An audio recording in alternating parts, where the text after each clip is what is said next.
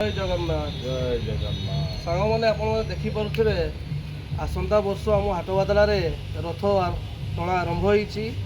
ଆଜି ଏଟା ସେକେଣ୍ଡ ବର୍ଷ। ଆପଣମାନେ ଯେମିତି ଦେଖିପାରୁଥିବେ ପୂଜା ସରିଗଲାଣି ଆଉ ମହାପ୍ରଭୁ ତାଙ୍କ ଭାଇ ଆଉ ମା ସୁଭଦ୍ରା ରଥରେ ବିରାଜମାନ ହୋଇସାରିଲେଣି।